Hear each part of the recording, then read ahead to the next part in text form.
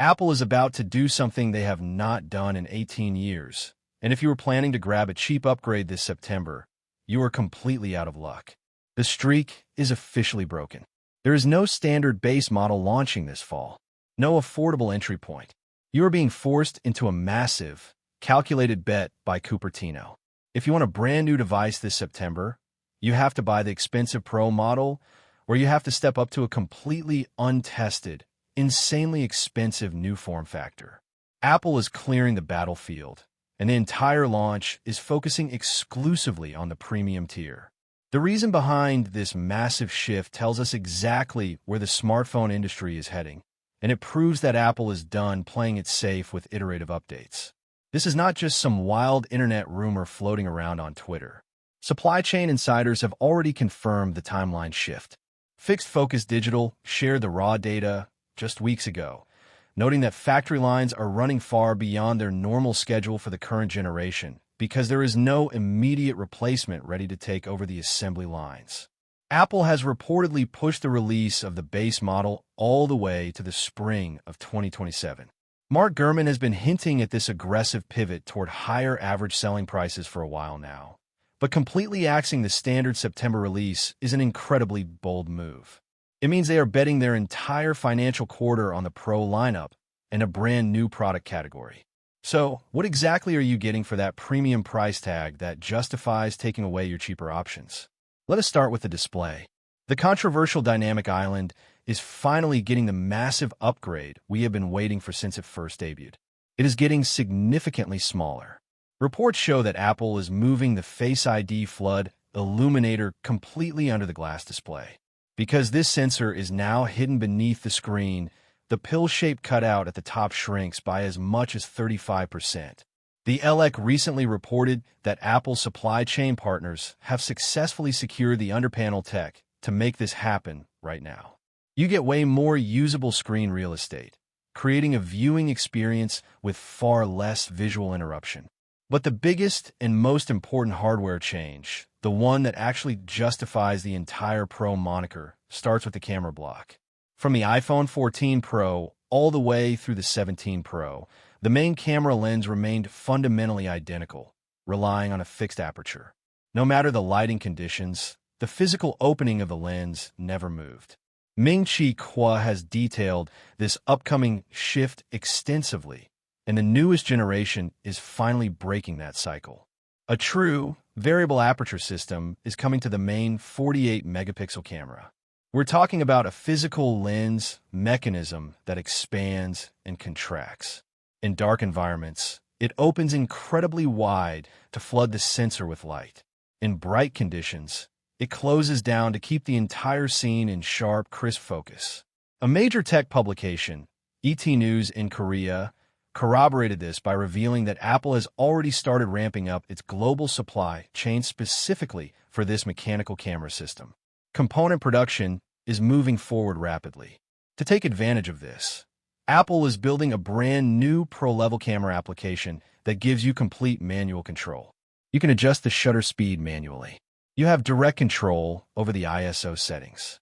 You can pull focus right on the screen. Honestly, I have to ask, do you actually plan on using manual shutter speed and ISO settings on a daily basis? Or are you just going to point and shoot like normal? Let me know down in the comments, because I am genuinely curious if the average buyer actually cares about manual photography, or if it just sounds cool on a spec sheet.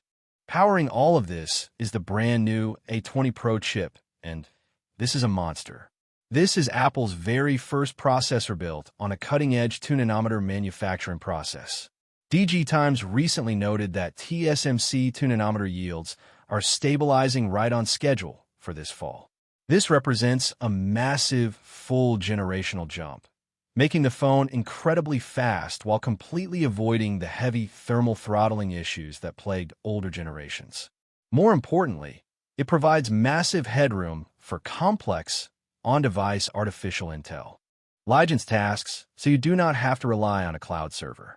Sitting right next to that processor is the new C2 modem.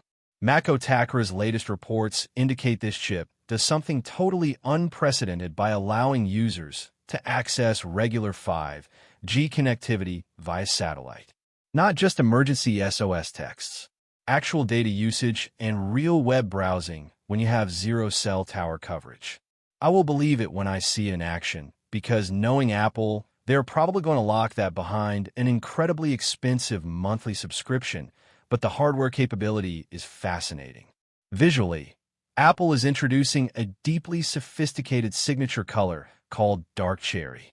Shrimp Apple Pro described it as a deep, luxurious wine shade with a subtle tinge of purple running through it. It is not a bright, loud red. It looks much more like a colorway you would find on a luxury Swiss watch. They are also utilizing an updated glass manufacturing process to create a fully unified rear panel, finally fixing that annoying two-tone visual break with a ceramic shield area sat around the MagSafe ring. It is just one seamless sheet of glass. Despite all these internal changes, the entry price is staying totally steady at around $1,100. There is no Apple tax increase this year, which works heavily in the buyer's favor. But here's the real reason the standard base model is dead this year. The star of the show, the device capturing all the media attention, is the iPhone Ultra. This is Apple's first ever foldable smartphone. Ross Young has been tracking the panel shipments for months, and it represents the most significant design shift since the original debut in 2007. Apple refused to release a foldable until the display could open into a perfectly flat, uninterrupted surface. They achieved this using a proprietary fluid hinge system. Instead of folding the glass flat like a piece of paper, the internal mechanism allows the flexible display to drop down into a teardrop shape inside the body of the phone when closed. When you open it, the internal hinge pushes the panel completely taut, making the seam virtually invisible and totally smooth to the touch. When closed, it operates exactly like a normal premium daily driver with a fully functional cover screen. When you open it, it unfolds into an 8-inch canvas, giving you the power of an iPad mini right in your pocket. To protect this, they're using a new generation of ultra-thin flexible glass bonded with a protective ceramic layer, meaning no cheap plastic top layers that scratch with a fingernail. Wrapping all of this is a high-grade titanium alloy frame, providing the immense structural rigidity needed to protect the complex internal gear system while keeping the weight surprisingly low. They want the entire world to see what happens when they apply their design philosophy to a brand new form factor, and holding back the cheaper options ensures all eyes stay glued to their engineering showcase.